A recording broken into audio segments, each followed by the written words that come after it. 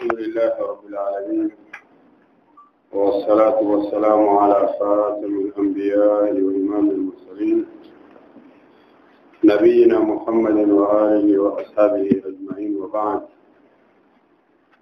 Mzanguni katika imani, tunakutana tena katika darasa ya Mukhtasarul Bukhari, at-tajrid as-sarih li ahadith al-jami' as-sahih ya al-Imam az-Zubayni rahimahullah ta'ala.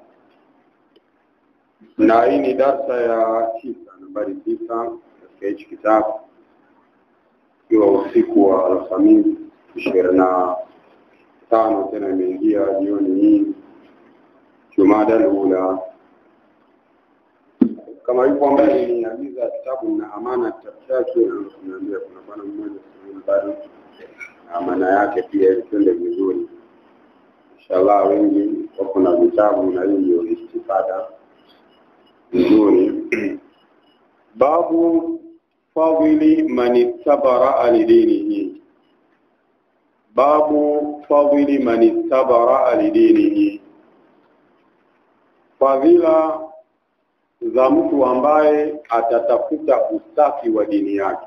Istabara talabal bara'ata, mtu ambaye atajiweka mbali na shubha, kuhakikisha dini yake inakuwa ni safi, haina shubha, hafanyi shubha ya kuharibu taratibu za dini yake.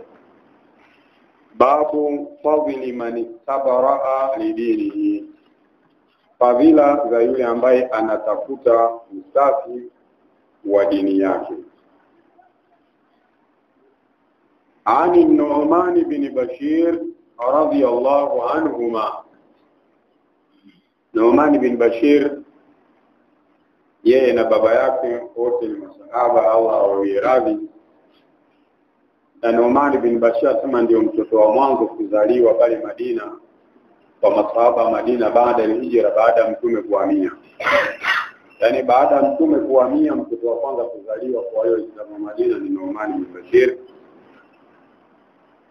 قال أمسما نومان سمعت رسول الله صلى الله عليه وسلم يقول, nimemsikia mtume akisema, alhalalu bayyinun, wa maana bayyin dhahir, halali ipo wazi, wal haramu bayyinun, haramu ipo wazi.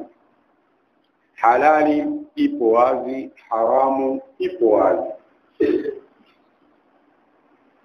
Wa bainahuma, na kati ya haya mawili, kati ya halali na haramu, mushabbahatun, yapo mambo mushabbahat, yanafananishwa na huku na huku.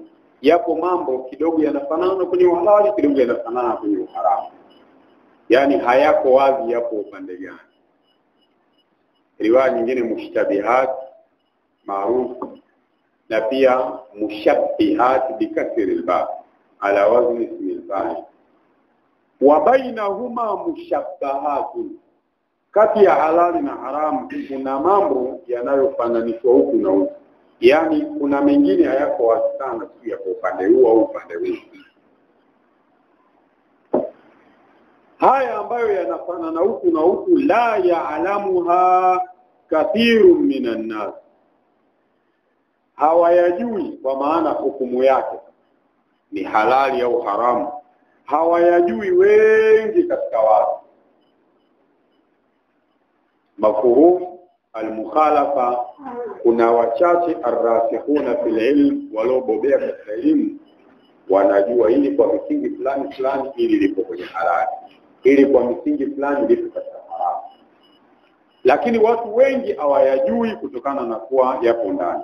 La ya'lamuha kathirun minan nas, hayo mushabbahat, hayo mushtabihat, mambo ambayo yanafanana huku na huku, wengi hawayajui. Sasa kaifa taamulu maaha, jambo hujui ni halali au haramu, unatakiwa upate njia gani, ulifanye vipi? Kuna adabu hapa tunafundishwa kwa mambo ya shubha ambayo mtu hujui yako wapi. Mtume anasema kwa manitaka shubahati, atakayejiepusha, atakayeogopa, atakayejiepusha na haya mambo ya shubha, yani yale ambayo ndo mara yamemili huku mara huku, atakayejiepusha na mambo hayo, faqad tabaraa, atakuwa amejitakasa, ametafuta baraa au takaso, liiridhihi, wa heshima yake, wa dinihi, na dini yake. Yani mtu atakayejiepusha na mambo ya shubha, heshima yake atakuwa ameitunza, hatafanyiwa ta'anu, hatasemwa vibaya, na dini yake atakuwa ameitunza. Faqad tabara liiridhihi wa dini, na katika riwaya nyingine imetangulizwa dinihi wa iridhi. Atakayekaa mbali na haya mambo ya mushabahati au shubahati, atakuwa ametengeneza usafi kwenye heshima yake binafsi yeye kama yeye, na dini yake pia. Yani kwa maana kwamba kwa sababu hayaeleweki hapo huko au kule, ukiyafanya baadaye kidundulika yapo katika haramu, utasemwa vibaya na dini imejaribu. Kwa hiyo bora kukaa nayo mbali, hata ikidundulika baadaye yapo katika halali, hakuna ulichopoteza, sababu sio ya wajibu. Ana ni ushauri wa Mtume au ni nasaha. Wa man waqa'a fi shubahat, yule ambaye ataingia katika mambo ya shubha. Jawabu katika hii riwaya hajatajwa, riwaya nyingine waqa'a fil haram, atakuwa ameingia katika haram. Yani hapa jawabu alikutajwa, atakayeingia katika shubha waqa'a fil haram, ataingia katika haram, kwa maana zoea mwisho atakuwa ameingia katika haram.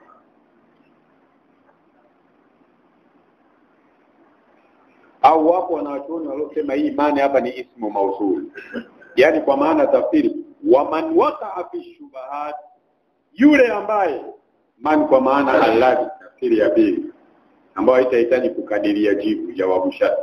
Wa man waqa'a fi shubahat, yule atakayeingia katika mambo haya, karai, yeye ni kama mchungaji, inakuwa habari ya mufti. Karai, yeye anafanana na mchungaji, yaraa haula alhima, anayechunga pembezoni mwa eneo maalum lililowekewa mipaka kwamba usiingie huko. Hima ni eneo maalum, kuna majani, mwenye eneo ameliwekea mpaka kwamba mtu akivuka siingie huko shambani kwangu. Kwa anayeingia katika shubha, karai, anafanana na mchunga, yara, anayechunga wanyama wake, haula alhima, pembezoni mwa mpaka wa eneo la mtu mwingine. Yushiku, inakaribia, yushiku yaqurubu, inakaribia, ayuwaqi'ahu, yani kuwaingiza wanyama wake kwenye ule mpaka wa watu. Yushiku ayuwaqi'ahu, yani inakaribia muda wote atavamia lile eneo la watu. Ile riwaya ambayo tumezoea katika 40 nayo yushiku ayarta'a fi, inakaribia muda wote wale wanyama wataenda kula majani katika hima, eneo la watu wengine. Yana maana anayechunga wanyama wake kwenye mpaka wa mtu yuko anafanya hatari, na yule ambaye anafanya mambo ya shubha anafanya hatari. Inawezekana dakika yoyote yakamfikisha katika haramu. Ala zindukeni, hiyo ni herufi ya tambii kuwatua watu waamke. Ala yani intabihu, zindukeni. Wa inna likulli malikin hima, hakika ana kila mfalme ana mpaka wake, ana eneo lake kwamba huko hakuna kuingia mpaka kwa masharti maalum. Ala zindukeni, wa inna likulli malikin hima, ana kila mfalme ana mipaka yake, huwezi ukaingia ila kwa utaratibu. Ala zindukeni, wa inna hima Allahi, mipaka ya Allah, fi ardhihi, katika ardhi yake. mipaka ya Allah kwenye ardhi yake hapa, maharimu ni yale mambo aliyoharamisha. Yaani kule ndio utakiwi kuingia. Mipaka ya Allah fi ardhi, katika ardhi yake, maharimu ni yale aliyoyaharamisha. Kwamba ukiingia hayo umevuka mipaka ya Allah tabaraka. Ala zindukeni, wa inna fil jasadi mudgha, hakika katika mwili mudgha kuna pande la nyama. Wa inna fil jasadi mudgha, hakika katika mwili kuna pande la nyama. Idha salahat, pia inasomeka idha saluhat bifathi lami wa dhammiha wal fathu ashharu. Idha salahat, likiwa jema hilo pande la nyama kwenye mwili, hilo pande maalum likitengemaa, likiwa safi hilo, sala aljasadu kullu, unatengemaa mwili wote. Wa idha fasadat, likiharibika hilo pande la nyama ambalo liko katika mwili, pande maalum ambalo litatajwa, fasada aljasadu kullu, mwili wote utaharibika. Ala wa hiya alqalbu, pande lenyewe ni moyo. Yani moyo ndio amiru al-a'dha, kama ndio kiongozi wa viungo vingine. Moyo ukiwa swale mwema, viungo vyote vitakuwa vizuri. Moyo ukiwa mbaya, viungo vyote vitafanya mambo mabaya. Kwa hiyo pande lenyewe la kulichunga na kuliangalia al-qalbu ni moyo. Idha salaha, ili swala likikaa vizuri, sala al-jasadu kullu. Wa idha fasad, likiharibika likawa fasi au baya, fasada al-jasadu kullu, ala wa hiya al-qalb. Na neno qalbu lina maana ya kitu kugeuka, kubadilika. Qalbu, hata tuna ikhtilaf katika tajwid, kuigeuza nuni au tanwini kuigeuza mim pale mbele yake inapokuja be. Mim baada ya kusema mim ba, mim nuni inatamkwa kama mim. Kwa hiyo neno qalb ikhtilaf lina maana kugeuza. Wanasema moyo umeitwa qalb kwa maana moyo unageuka, litaqallubi, yani moyo mara umekaa hivi mara. Walidhalik tunatakiwa mtu atafirishe dua ya muqallibal qulub, thabbit qalbi ala ta'ati. Kwa mtu yote akifika yule ambaye nina kitabu chake, ameniagiza nipe tambii ili nimpatie amana yake. Sahihi. Kwa hiyo hiyo hadithi inatimiza kukaa mbali na mambo ambayo wewe unajui kama yapo katika halali au haramu. Watakuwa uulizie na muda wako una uhakika nayo, ni bora kukaa nayo mbali, istibaraan liirbika wa dinik. Babun adau al-khumusi min al-iman. Mlango unasema kutoa khumsi ni katika imani. Khumsi ni 1/5. Khumsi ni vitu kuvigawa mafungu matano. Fungu moja linaitwa khumsi, 1/5. Rubu 1/4. Thuluthi 1/3. Ushuru 1/10. Khumsi ni fungu moja katika mafungu matano. Sasa inayokusudiwa hapa ni katika masala ya ghanima, kwamba yani katika sheria ya Kiislamu maswahaba walikuwa wakienda vitani, wakishinda vita wakapata ngawira ghanima. Katika ile ngawira linatolewa fungu moja, inagawiwa mafungu matano, fungu moja linatolewa. Alafu arba'atu akhmaz, mafungu 4 yaliyobakia ndio wanagawiwa al-ghanimun, wale walioshiriki kule. Kwa hiyo adabul khumsi min al-iman, katika upande wa ngawira kutoa fungu moja katika mafungu matano kutoa. Na ili kutolewa khumsi 1/5 linaenda wapi? Allah ameelezea katika aya ya 40 na 41, 42, 40 katika sura al-Anfal. Wa alamu annama ghanimtum fa inna lillahi khumsahu wa lirasulihi hiyo khumsi, hilo fungu moja katika matano linalotolewa lenyewe linagawiwa tena mafungu matano. Kuna fungu la Allah na mtume ambayo yanagawiwa katika masalihu, ama kuna fungu la mayatima, fungu la maskini, na fungu la abnau sabil waliokatiwa na njia ya safari, na fungu la ulil qurba, jamaa wa karibu wa mtume ambao hawapo katika masala ya zaka. Kwa ala kulli hal picha yake ipo hivyo. Na muda mwingine khumsi, dini inataja khumsi katika masala ya zaka. Kuna zaka inaitwa rikaz. Rikaz ni disnul jahiliya. Mtu analima shambani, mara anakuta hazina ya mali, dhahabu, fedha, lakini miuli na inaonyesha miaka hiyo ya kipindi cha jahiliya huko kabla ya al-Islam. Kwa ile mali ambayo ameipata bila juhudi, bila nini, yeye amefukua tukaikuta. Mtume anasema wa firikazi khumsu, katika hii rikazi, mali ambayo mtu anaikuta tu chini amefukua, anatakiwa atolee zaka 1/5, yani fungu moja katika mafungu matano anatolea zaka, na 4 mafungu manne ni. Kwa khumsi inozungumzwa hapa ni khumsi katika masala ngawia.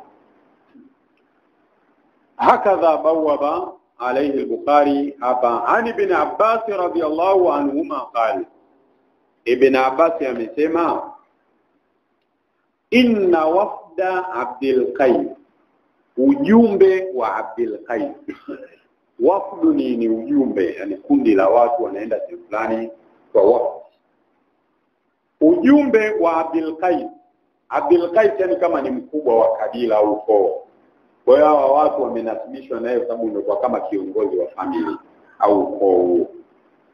Kwa hiyo ujumbe wa Abdul Qais ambao wanasema wanachuoni ulikuwa kati ya watu 14 na watu 40. Riwaya nyingine 14, nyingine 40.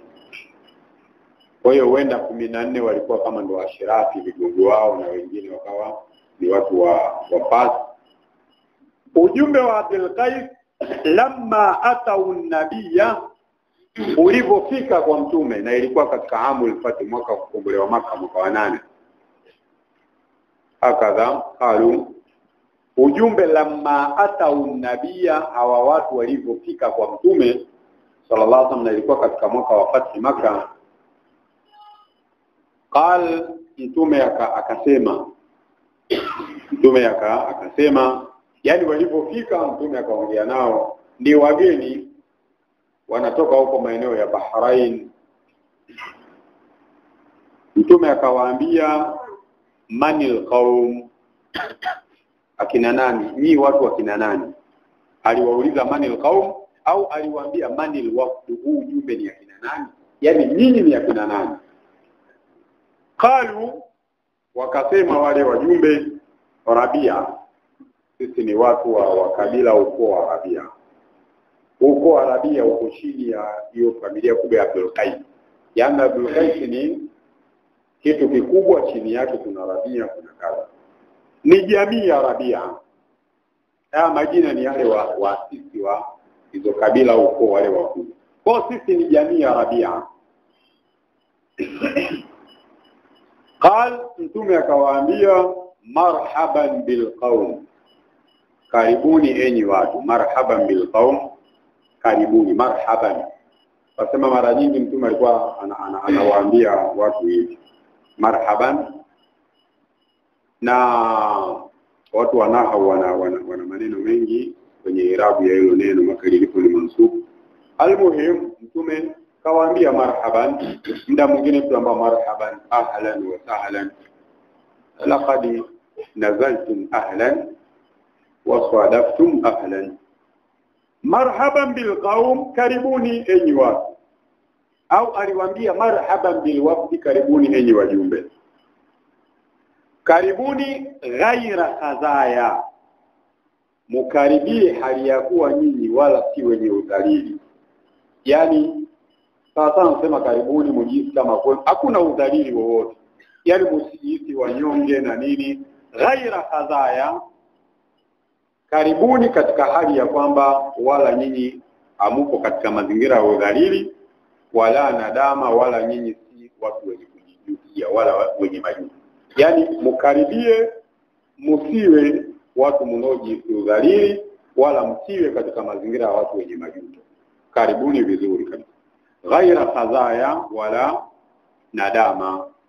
Nyinyi si watu madhalili wala si watu wenye majuto. Hayo maneno ya kuwakaribisha vizuri. Faqalu, wakasema, na hapa wanataja shida yao iliyowaleta, ya Rasulullah, inna la nastati'u an na'tiyaka, ewe mtume, ya Rasulullah. Na anasema haya maneno kumwambia ya Rasulullah ni dalili kwamba walisilimu mapema, walisilimu nyuma, sababu wanamtambua kama yeye ni Rasulullah. Ewe mjumbe wa Allah, inna la nastati'u an na'tiyaka, sisi hatuwezi kukujia wewe mtume. Mtume yuko Madina. Hawa watu wanatokea maeneo ya Bahrain. Bahrain ni nchi, mji mkuu wake Manama, ni nchi katika Gulf Khalijul Arabi, lakini mtume yuko Saudia ya leo Madina. Hawa wapo Bahrain. Kwa ni nchi mbili tofauti kwa jiografia ya sasa hivi. Yaani ni watu wametoka mbali. Kwa hatuwezi tukatoka kwetu kuja kwako illa fi shahri al-haram, isipokuwa katika mwezi mtukufu. Yaani sisi humo njiani hakuna usalama ila kwenye miezi mitukufu ambayo huwa watu wanasimamisha vita. Kwa katika miezi mitukufu ile minne, fungo pili, fungo tatu, fungo 4 na Rajab fungo 10, miezi ndio tunaweza tukasafiri. Lakini miezi mingine katikati kuna watu fulani ambao hawezi tukapita, lazima tukamata, tutafanyaje? Kwa hiyo hatuna uwezo wa kuja mara kwa mara kuja kuchukua elimu kwako. Inna la nastati'u an na'tiyaka, hatuwezi kukujia wewe illa fi shahri al-haram, isipokuwa katika miezi mitukufu. Au yani wanasema wanachoni hapa, sababu shahri ni mmoja, ima ametumia mmoja anakusudia mfungo 10, au ametumia ismu jinsi anakusudia miezi mitukufu. Kwa hiyo yote minne. Wa bainana wa bainaka hadha alhayy min kuffari Mudhar, kati yetu sisi na kukufikia wewe katikati kuna hayu, kuna hichi kitongoji au kuna hii jamii ya kufari Mudhar, kufari wa Mudhar. Ina maana kulikuwa kuna ugomvi kati ya Rabia na Mudhar. Kwa hiyo hawa watu wa Rabia ili wamfikie mtume katikati kuna kabila la Mudhar ambalo hawaelewani nalo tokea zamani, kabla ya magomvi yao mengine yaliyosababishwa na dini na vitu vingine. Kwa hiyo ina maana bila miezi mitukufu hatuwezi tukapita, kwa sababu watu wa Mudhar watatudhuru hapa katikati. Wabainana, kati yetu sisi Rabia, wabainaka, na kati yako wewe mtume Madina huko, hadha alhayy, kuna kitongoji hichi min kufari Mudhar, kinamilikiwa na hawa kufari Mudhar. Mudhar ni kabila pia ambalo alielewani na Arabia. Kwa hiyo shida yetu ni nini? Na hatuwezi kuja kwako mara kwa mara kupata elimu. Famurna bi amrin fasli, tuamrishe jambo lililochanganuliwa kabisa. Bi amrin fasli, jambo la wazi, jambo lililochanganuliwa, tutaweza kulifanyia kazi kule muda mrefu bila kuja mara kwa mara huko. Famurna bi amrin faslin, ewe mtume, kutokana na mazingira yetu hatuwezi kuja mara kwa mara huko kwako, tuamrishe jambo ambalo limechanganuliwa, jambo la wazi. Nukhbiru bihi man waraana, ambao tutaweza kuwaambia watu wa nyumba yetu waacha nyumbani, jambo ambalo tutaweza kwenda kuwaambia, kuwafikishia wenzetu. Nukhbiru bihi man waraana, jambo ambalo tutaweza kwenda kuwaelezea wale wa nyuma yetu, kwa maana tuliowaacha huko tuliko. Wanadkhul bihi aljanna, tuambie jambo ambalo tutaweza kuingia, tukilitekeleza tutaweza kuingia peponi. Sasa wanataka wafupishiwe, wapewe baadhi ya mambo ambayo wanaweza miezi kadhaa wakaifanyia kazi kule walipo.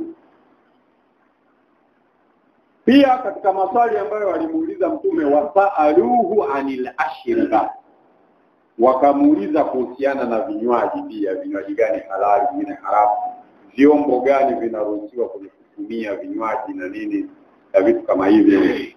wasaaluhu anil ashriba, pia walimuuliza kuhusiana na masuala ya vinywaji. Kwa hiyo mtume istijabatan li duaihim au li talabihim fa amarahum bi arba'in, mtume akawaamrisha mambo manne, wa nahahum an arba'in, akawakataza manne. Amarahum bil imani billahi wahda, aliwaamrisha kumwamini Allah peke yake. Jambo la kwanza aliwaamrisha kumwamini Allah. Qal, baadaye akawauliza ataduruna mal imanu billahi wahda, mnajua nini maana kumwamini Allah peke yake? Qalu Allahu wa rasuluhu a'lam, kama Allah na mjumbe wake ndio wanajua zaidi.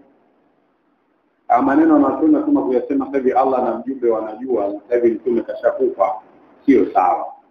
Lakini hapa walikuwa mbele ya mtume na mtume anapewa wahi, anachowauliza kashafundishwa, anawauliza baadaye anakuja kuwapa majibu. Kwa maneno ni sahihi kwa sababu Allah na mtume wanajua zaidi.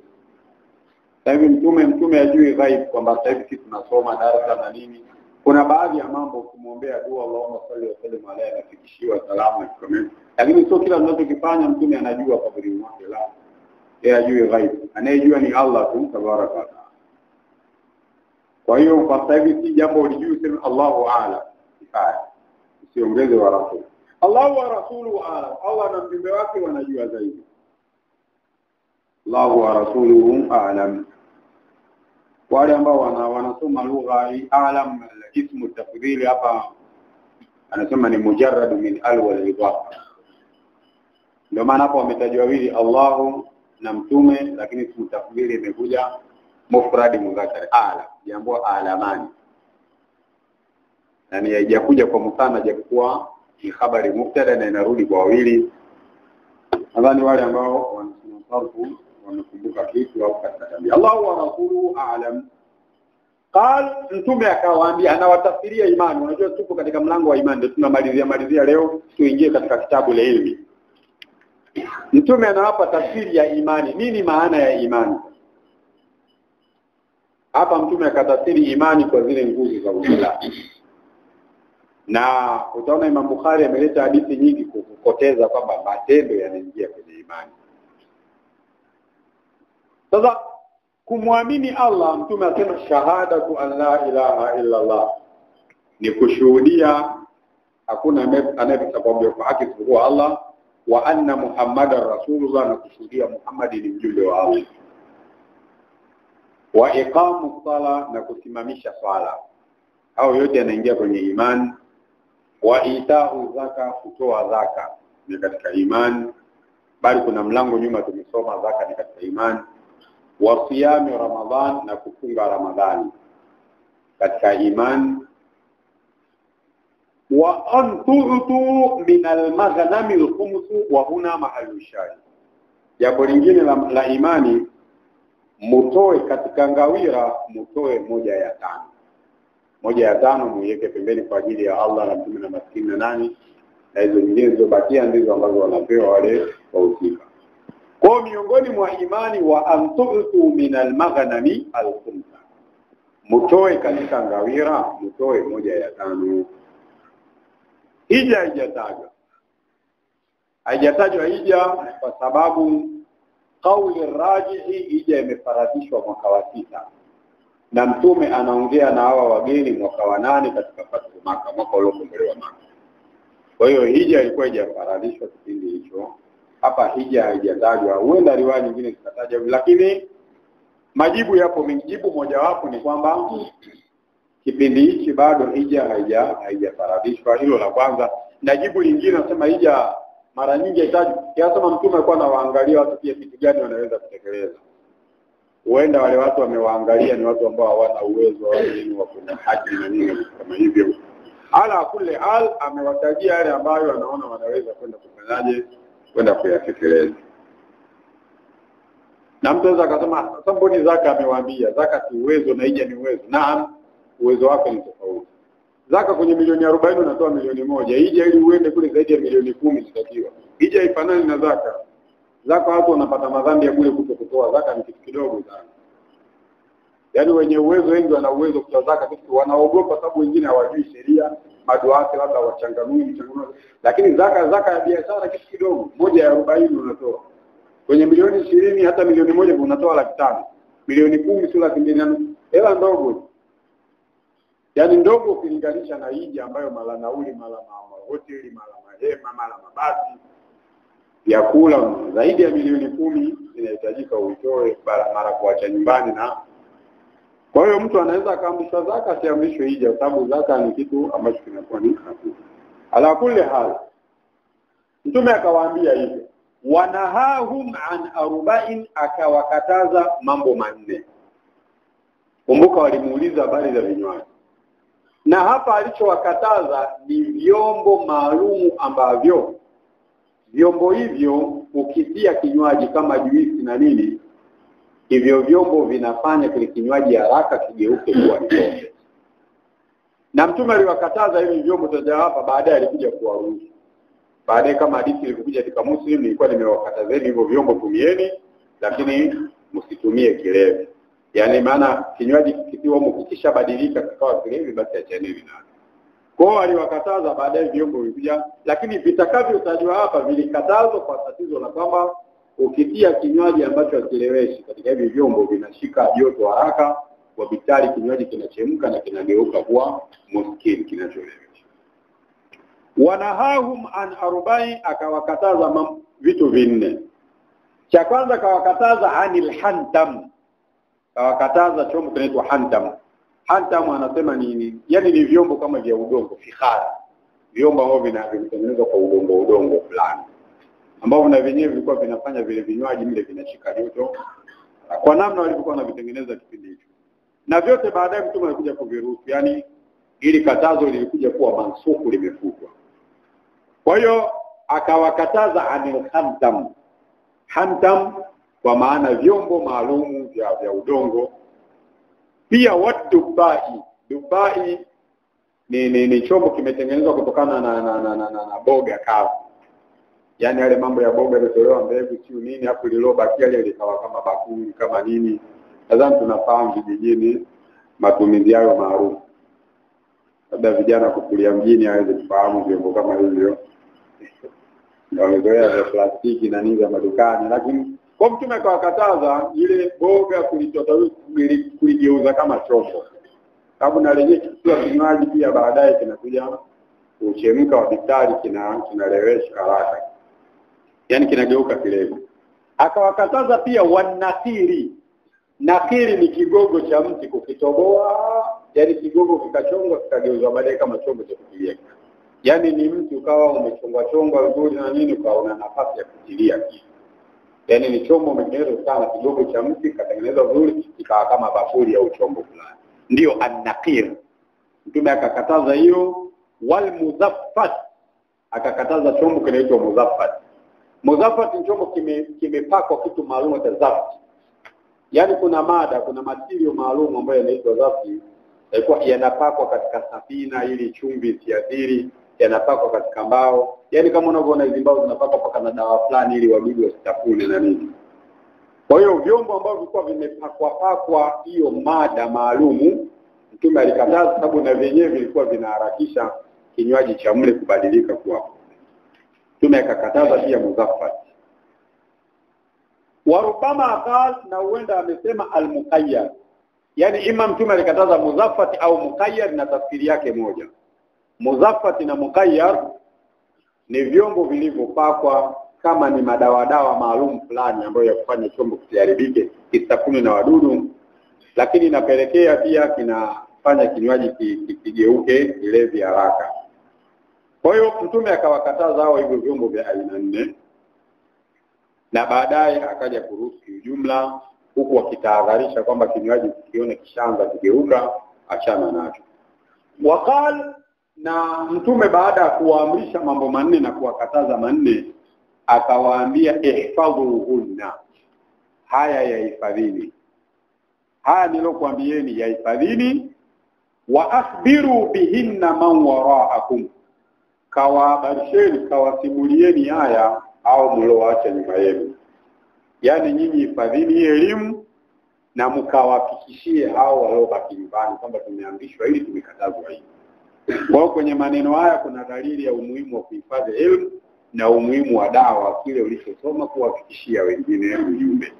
Mtume aliwaambia ihfadhuhunna, hifadhini haya mambo, wa akhbiru bihinna, na kawaelezeni man waraakum, wale ambao wapo nyuma yenu mliowaacha. Tayeb. Babu ma jaa innal a'mala binniyya. Mlango huu mwingine, mlango unazungumzia matendo yanazingatiwa kwa nia.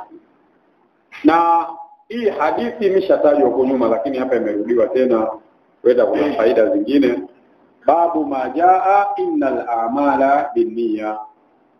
Mlango unazungumzia kwamba matendo yanazingatiwa kwa nia. Yaani tendo lako, nia yako itakufanya ulipo vizuri au vibaya. Innamal a'malu binniyat. An Umar radhiyallahu anhu, kutoka kwa Umar hadith, yani ile hadithi ya Mtume, innamal a'malu binniyat. Matendo hulipwa, huzingatiwa kufatana na nia ya mtendaji. Walidhalika watu wanafanya tendo la aina moja alafu malipo yao ni tofauti, kutegemea na ikhlasi na nia yao. Wote wamefanya swala moja, lakini kuna aliyepata zero kabisa, kuna aliyepata nyingi, aliyopata cha, kutegemea na nia na utulivu wao. Na kwa hiyo sura ya nje idharauliwi, lakini ya moyoni inaangaliwa pia.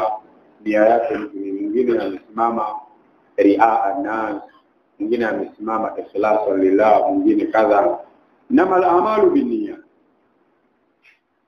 Yani mathalan tuna swala la kufunga, tuna watu wawili wote hawajakula kuanzia alfajiri mpaka magharibi. Kuna mmoja ana nia ya ibada, mimi nafunga kwa ajili ya Allah. Kuna mwingine ameamka tu asubuhi kwa bize na kazi zake, na nia amejikuta hajakula kutwa mzima, ameshughulishwa na mambo fulani. Huyu ana nia ya ibada ya funga, ameshughulishwa na kazi. Kuna mwingine daktari akamwambia masala ya kupunguza uzito, mshahara, kupunguza mafuta nini, pumzika, kula, kaa hata masaa kadhaa. Kwa na yeye kutwa mzima hajakula kitu, lakini nia yake ni masala ya kiafya. Kwa kila mmoja hapa malipo yake na mahesabu yake ni tofauti kadri ya nia. Huyu nia yake ni ibada ya funga, huyu nia yake ni kupunguza mwili yule.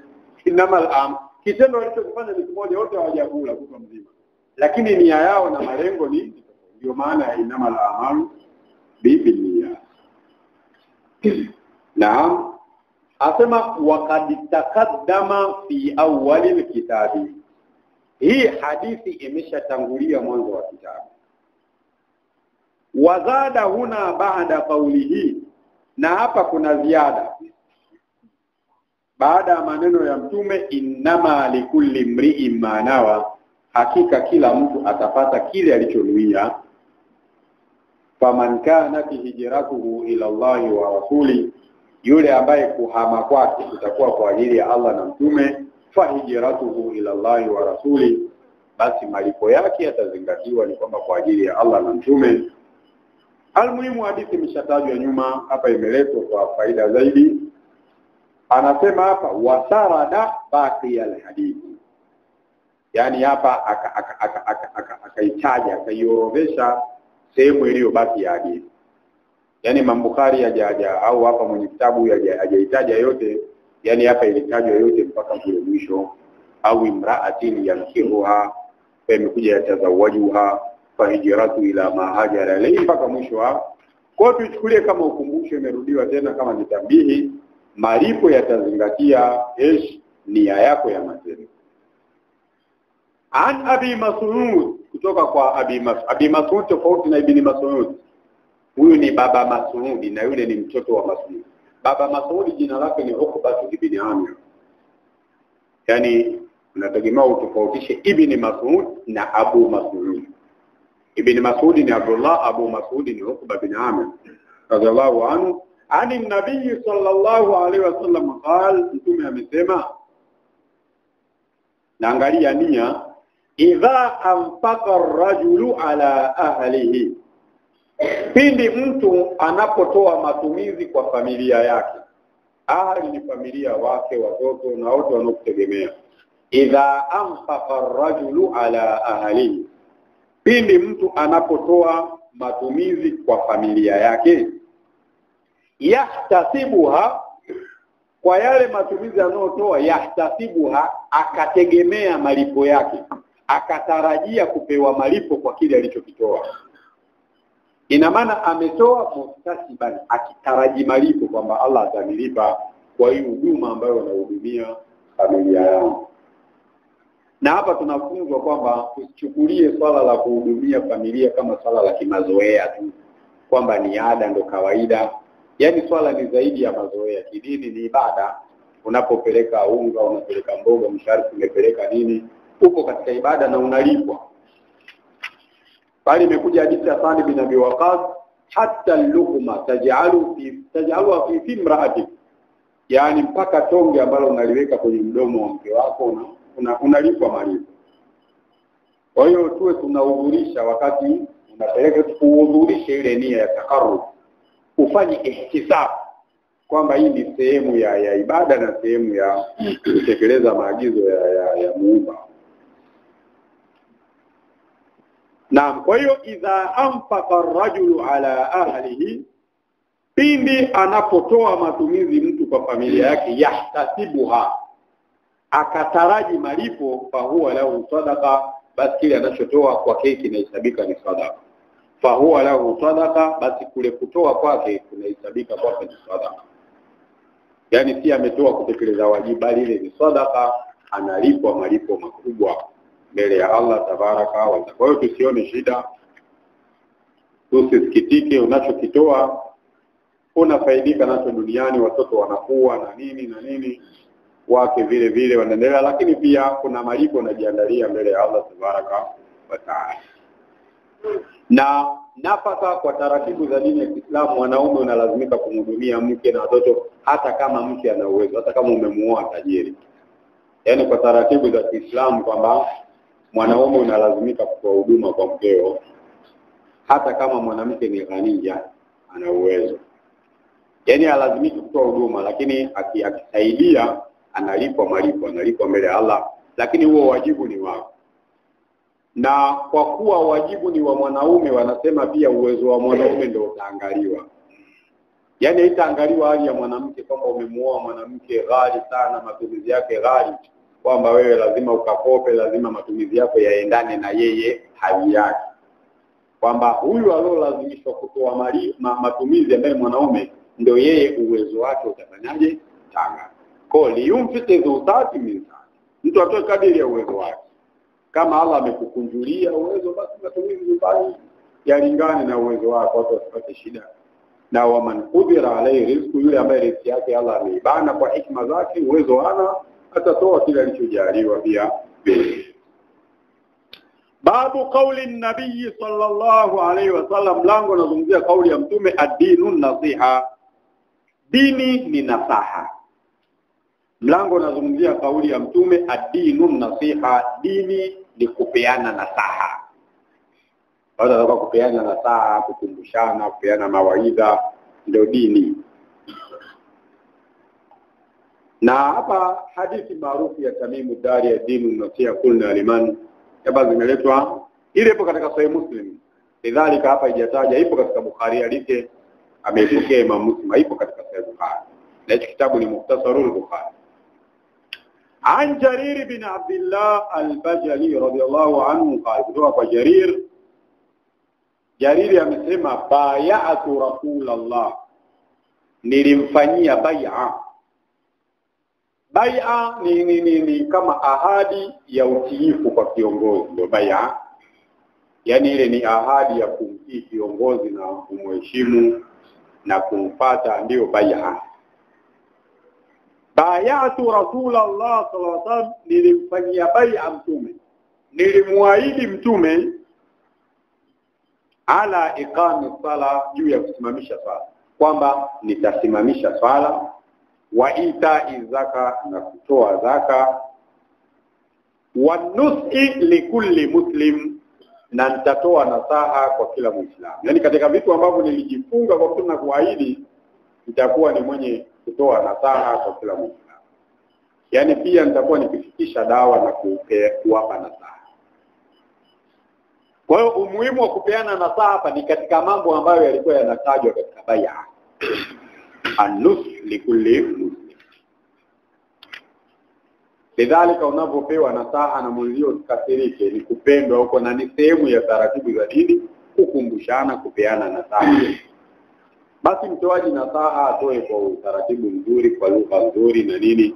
Sababu mwingine akupi nasaha bali anakuungua na kuaibisha. Walidhalika kuna vitabu vimetungwa, kwa mfano Ibn Rajab al-Hanbali ana risala al-farq baina an-nasiha wa at-ta'yir, tofauti kati ya nasaha na habari za kuunguana. Kwa mtu unamzoea, wewe sio jana ulifanya hivi hivi, hii tena inakuwa.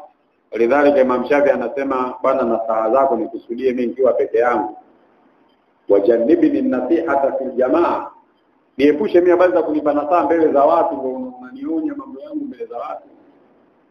Hivi nisipokusikiliza usikasirike. Yaani ukianza nasaha zako na mbele za watu wengi ulifanya hivi hivi, nisipokutii mimi usikasirike. Kwa sababu inakuwa hata kama ni kuungua mbele za. Kwa hiyo nasaha ni nzuri, lakini zina taratibu zake na nini. Mtu apewe nasaha, asipewe kwa namna ambayo mwenyewe atahisi sasa anafanywa tahiri, anaumbuliwa, anamaanishwa, anasefeheshwa. Hapa inaweza hadi ta'khudhu al-izzatu bil-ithmi, akaona bwana mimi simsikilizi yoyote, na yeye akatakabari pia. Wa anu kutoka kwa huyo Jarir radhiallahu anhu qal inni ataitu Rasulullah sallallahu alaihi wasallam. Jarir asema nilienda kwa mtume. Qultu, nilipofika kwa mtume nikamwambia ubayiuka ala al-islam, ewe mtume nipo tayari kukuahidi mimi juu ya Uislamu. Nipo tayari kula kiapo kwako, kula ahadi, kukupa ahadi ya Uislamu. Fasharata alayya, mtume akaniwekea sharti. Nilipoenda kumtangazia bai'a akaniwekea sharti. Fasharata alayya, mtume akaniwekea sharti kwamba katika mambo ambayo inabidi uyaahidi, wanushi likulli muslim, kutoa nasaha kwa kila Muislamu. Na ukiangalia sheria ya hadithi wanasema kutajwa Muislamu hapa ni masala ya ghalib. Yaani neno Muislamu hapa kharaja makharaja al-ghalib, wa ila nasaha kwa wote, hata kwa asiye kwa Muislamu na anapewa nasaha ala al-islamu ala kadha. Kwa hiyo ametaja Muislamu kama ni ghalib, wa ila nasaha kwa binadamu yoyote anapewa nasaha kwa utaratibu, kwa nidhamu. Kila ambacho unaamini wewe ni kheri na mafanikio yake unaweza kumwambia kwa utaratibu ambao ni mzuri. Wanushi likulli muslim, katika vitu ambavyo mtume alinishurutisha katika bai'a yangu ni nasaha kwa kila Muislamu. Kwa baada ya kupewa sharti, fa bai'atuhu ala hadi, nikamfanyia bai'a mtume, nikamuahidi juu ya hili, yani nikakubali hilo sharti na nikaahidi mbele za mtume nitafanya hivyo. Huu ndio mwisho wa kitabu al-Iman kwa ufupi, kama ambavyo tumeeleza katika mukhtasar. Kwa maelezo yanayofuatia ni masala ya elimu, fadhila za elimu, kutafuta elimu, kitabu al-ilmi, yani milango kuhusiana na elimu. Naona kwa muda jinsi wewe tuje kuanza Ijumaa inshallah hiyo kitabu al-ilm, tuje kuanza Ijumaa inshallah. Wallahu a'lam wa sallallahu wa sallama ala nabiyyina. Hata adhana baadaye.